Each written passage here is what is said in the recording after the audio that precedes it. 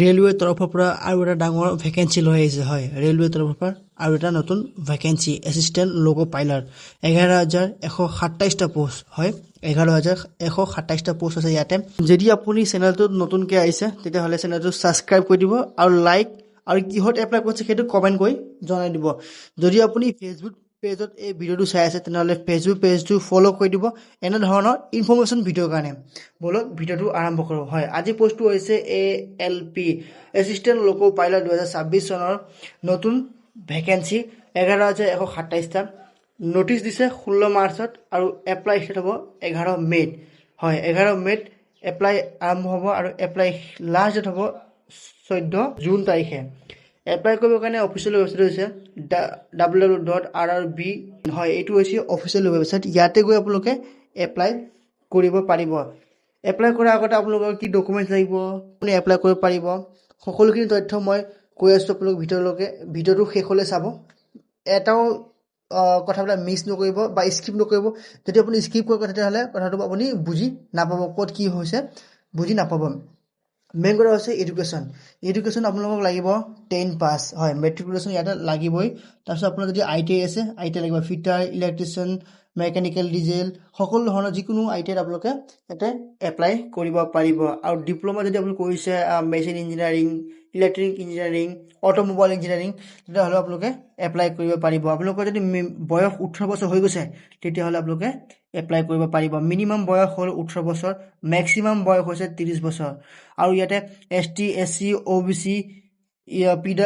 PWD x servicemen সকলো কাৰণে বেলেগকৈ কেটেগৰী ৱাইজ এইজটো দি দিয়া হৈছে আপোনালোকে চিন্তা কৰিব নালাগে মই আপোনালোকক সকলোখিনি ইয়াতে দি দিম এক্সাম হ'ব CBT এক্সাম পেটাৰ্ণ 1 আপোনালোকে জানে CBT এক্সাম মানে হ'ল কম্পিউটাৰ যোনটো ছিষ্টেম অনলাইন হয় সেইটো এক্সামক CBT বুলি কয় লগতে মাৰ্কখিনি মই আপোনাক কৈ দিছোঁ টোটেল মাৰ্ক হ'ব আপোনাৰ 75 মাৰ্কছ সময় হ'ব 1 ঘণ্টা মানে 60 মিনিট আৰু ছাবজেক্টখিনি কৈ দিছোঁ মই maths reasoning general science general knowledge এই সকলোখিনি মেছেজ নটিফিকেশ্যন হৈছে এইটো শ্বৰ্ট নটিচ এতিয়ালৈকে কোনো সম্পূৰ্ণ নটিচ অহা নাই এইটো হ'ল শ্বৰ্ট নটিচত যিটো সিহঁতে জনাইছে সেই আপোনালোকে মই কৈছোঁ পোষ্ট বাঢ়িব পাৰে হয় পোষ্ট বহুত বাঢ়িব পাৰে কিয় মানে এতিয়া নতুনকৈ ভেকেঞ্চি খুলিছে পোষ্ট বাঢ়িব পাৰে এইটো খালি শ্বৰ্ট নটিচ আপোনালোকৰ খালি জ্ঞানতহে জনোৱা হৈছে কম্পিউটাৰ বেছ এক্সাম হ'ব ইয়াতে আৰু ইয়াতে কোনো ধৰণৰ নেগেটিভ মাৰ্কৰ এতিয়ালৈকে কোনো কথা ইয়াতে উল্লেখ কৰা হোৱা নাই হয় নেগেটিভ মাৰ্ক আৰু ইয়াতে কৈছে পে স্লিপ 7 পে মেট্ৰিক্সে চলিব হয় এতিয়ালৈকে 8 পে আপোনাৰ চেণ্টাৰত লাগু হোৱা নাই 7 পে চলি আছে তো আপোনালোকে 7 পে হিচাপতে আপোনালোকে পইচা পাব ইয়াতে dress allowance home rent transport allowance TA আৰু কোনো ধৰণৰ ইয়াতে এমপ্লয়মেণ্ট এলাউন্স ইয়াতে এড কৰা হোৱা নাই খালি আপোনালোকৰ বেচিক পেটোহে ইয়াতে কোৱা হৈছে জেনেৰেল OBC EWS 500 টকা দিব লাগিব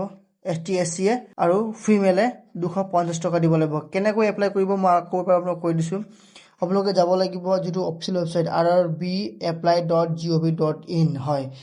তাত গৈ আপোনালোকে এপ্লাই কৰিব লাগিব এনেধৰণৰ ইনফৰমেশ্যন যদি ভিডিঅ' ভাল লাগিছে চেনেলটো ছাবস্ক্ৰাইব কৰি দিব লাইক কৰি দিব আৰু কিহত আপোনালোকে এপ্লাই কৰিব